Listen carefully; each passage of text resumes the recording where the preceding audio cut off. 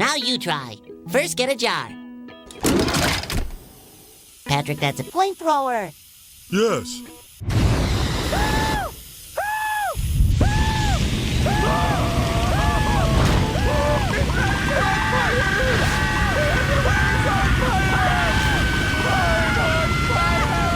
Hello, fellow basement dwellers, and in today's video, we'll be discussing who has the best flame weapons in all of 40k. Anyway, there'll be three major players in this: the Craft World Eldar, the Necrons, and the Imperium.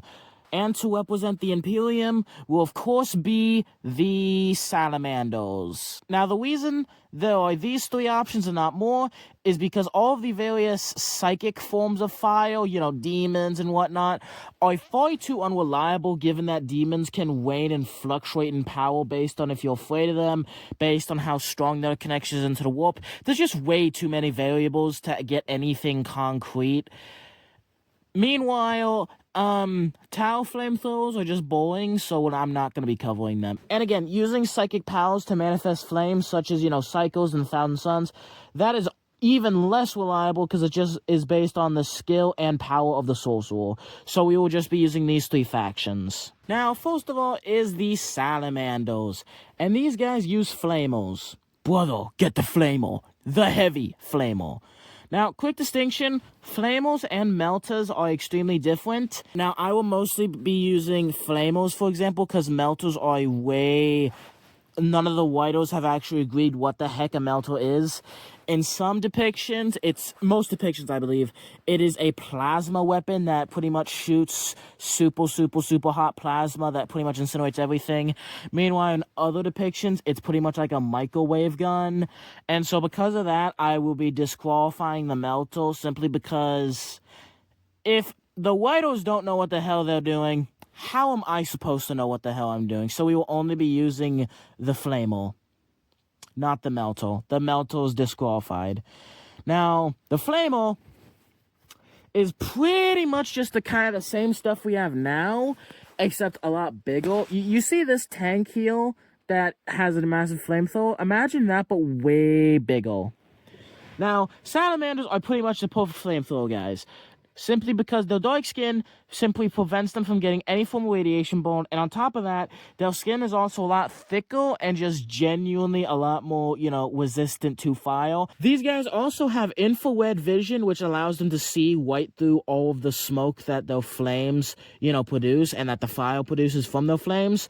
So that's also an add bonus on top of their natural just being able to survive lava and fire just way better. Not to mention, they're all craftsmen, meaning all of their flamers are handcrafted works of just unbelievably reliable art.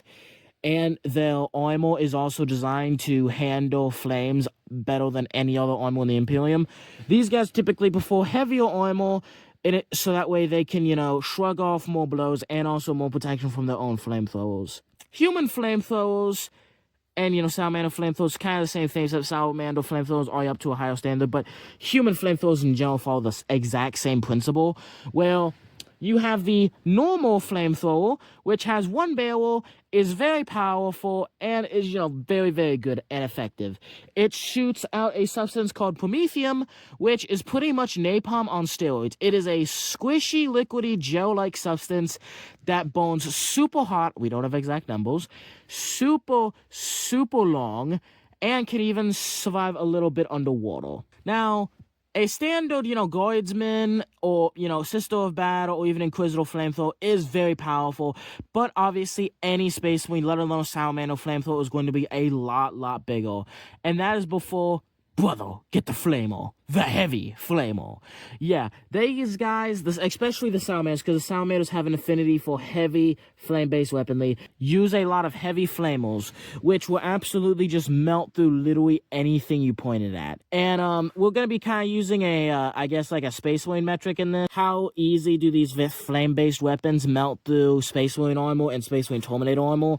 And a salamander flamer can melt through normal Space Marine armor without too much difficulty. It will take a minute, but it can be done. Meanwhile, a heavy flamer can melt through normal space marine armor almost instantly, and same deal, with the normal flamer, can melt through Terminator armor if given enough time. So Salamanders have wonderful flame weapons and are still the goats of, human flame weapons, and are really, really well done. Now, next up are Eldar Flamethrowers. Now, the Eldar do have standard normal flamethrowers, but that's kind of boring. So we will be talking about fusion pistols.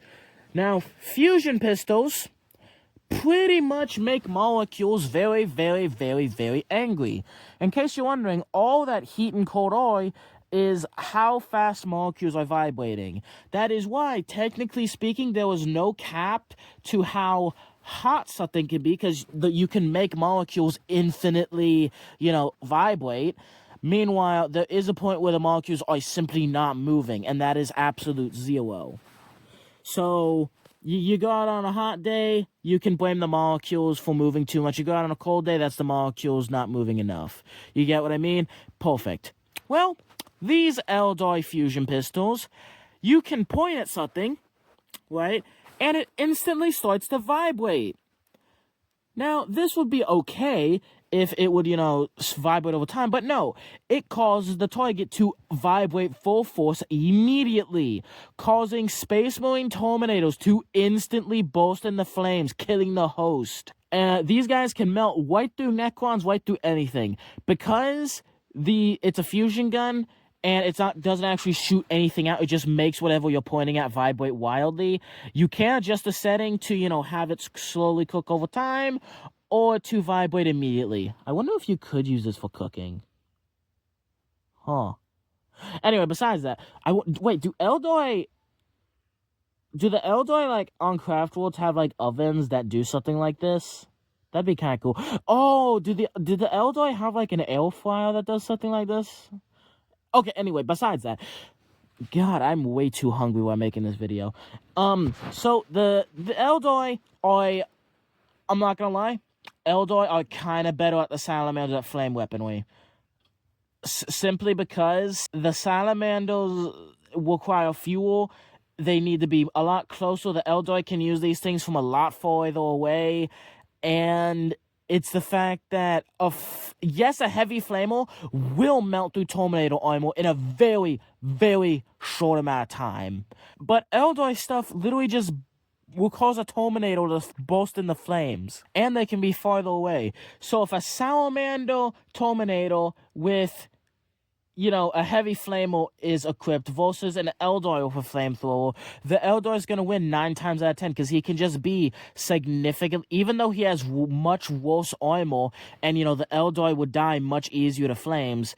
Because he's simply farther away, he can simply set the Salamander on fire and cook bro in his armor while he's from a safe distance, because the Salamander has to get close. That's why Salamanders have heavier armor.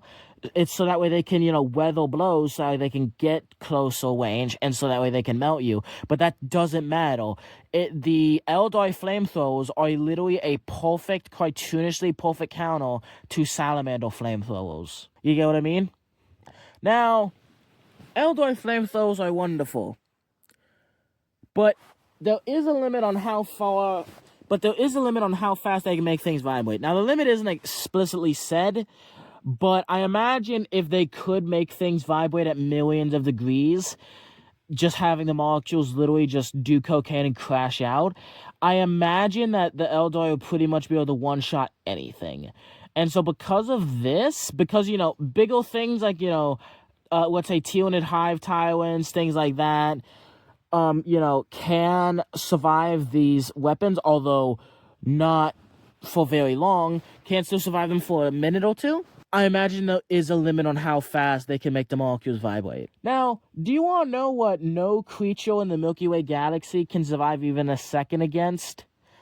That is a Necron flamethrower.